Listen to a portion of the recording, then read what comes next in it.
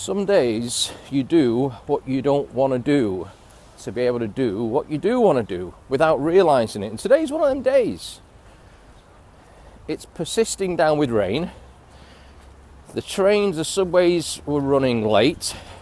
So what sometimes takes me half an hour has took me an hour and a half to go and see my buddy, who I got volunteered to speak on the subject of Sodom and Gomorrah, which, you know, I think the whole thing is a bunch of nonsense, to be honest. But so I'm coming down, walking through Brooklyn right now, and I had kind of, I won't use the term revelation, but it reminded me of something. Years ago, we'd started an alarm business pretty much out of desperation. You know, one business we had, the stock collapsed on it. It wasn't our business, we were subcontracting. We ended up losing a bunch of money in the end, even though we made a whole bunch. We had to start something fresh. So, you know, at the time, it was one of the fastest growing industries in the world. And I know I talk a lot about category creators, and I came up with a plan to give alarm systems away free, which is commonplace now. Give them away free and just pay for the monitoring. That's normal now. It was unheard of back then.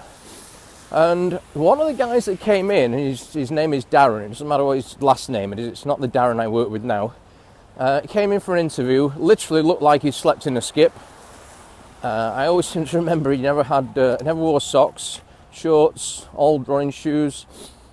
And, you know, you wouldn't really, he was from some small village out in Newfoundland, and you wouldn't really give if he came in for an interview with you probably wouldn't give him a job. But in the interview, you know, there was something, a spark. And he'd just come to Toronto and he was trying to get ahead, and he'd sleep on the floor of his buddies and da-da-da-da-da. And he got the job and went through the training. And then he needed taking out and field training. Now, the day that was supposed to happen, my car was in for a service and it was taking longer. And I never bothered getting a replacement car. I was just getting picked up and dropped off. So I had no vehicle. So I had to train this guy. I had no vehicle. I had to take him out to an area. So I got someone else to drop me off. I didn't really want to do it. But I didn't need to do it. But, you know, it was one of those things, like today, that you said you'd do it, so you're going to do it. And I think Darren actually wanted to come out with me, if I recall. So I get someone to drop us off where I thought would be a good area to work, to knock on doors. Now, back then, I used to deal mindset with ethnically. I would, this is in Toronto, so it's very multicultural. I would target West Indian areas, West Indian suburban areas, because I got on with Jamaicans, and you know what, they always did business with me. And there was a whole bunch of other groups, but everyone, except one person, struggled with the Hong Kong Chinese community. And where I got dropped off, I'd never ever been able to get a Chinese customer in years in any business. But when I was trained originally in previous businesses, I was always told they were hard to deal with. And I had that preconditioning from one of my great mentors. However, he's had that preconditioning from someone else, so it passed down the line. So I get dropped off in this Chinese area. I've got to train a guy, and when you're training people, there is no tomorrow. You have to write business on that day. Now, a good person in alarms, a good one would write maybe 3 or 4 contracts a week. I was training the whole company, so I had to be better than the best one. I had to be able to switch it on and off at any given time and be able to do it anywhere.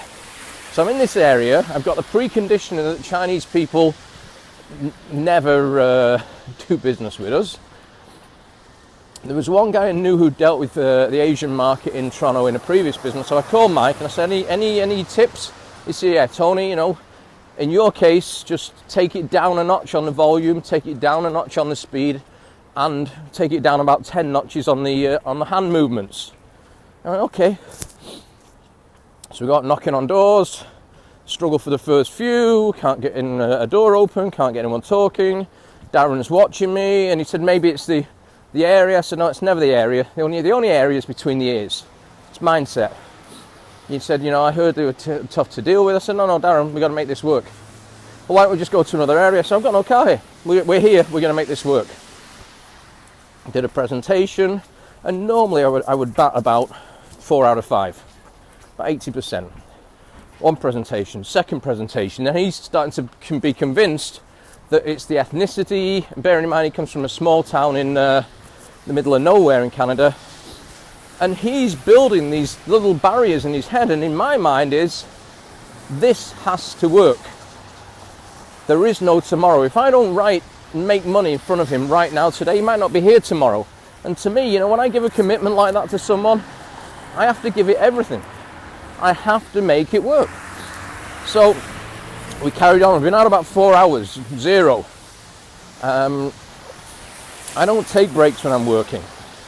I believe in momentum. So we just carried on, and finally we got a client. But here's what happens, and here's the law of momentum. Finally got a client, and we went next door. They said, we're not interested. Well, you know, Joe next door, we're sorting his out, we're installing his next week. Oh, Joe's taking it? Come on in. Boom, next one. Third house. Yeah, Joe and Mike, they're both getting it. I'm not interested. Well, Joe and Mike, we're installing theirs next week. Really? Come on in. Boom, boom, boom.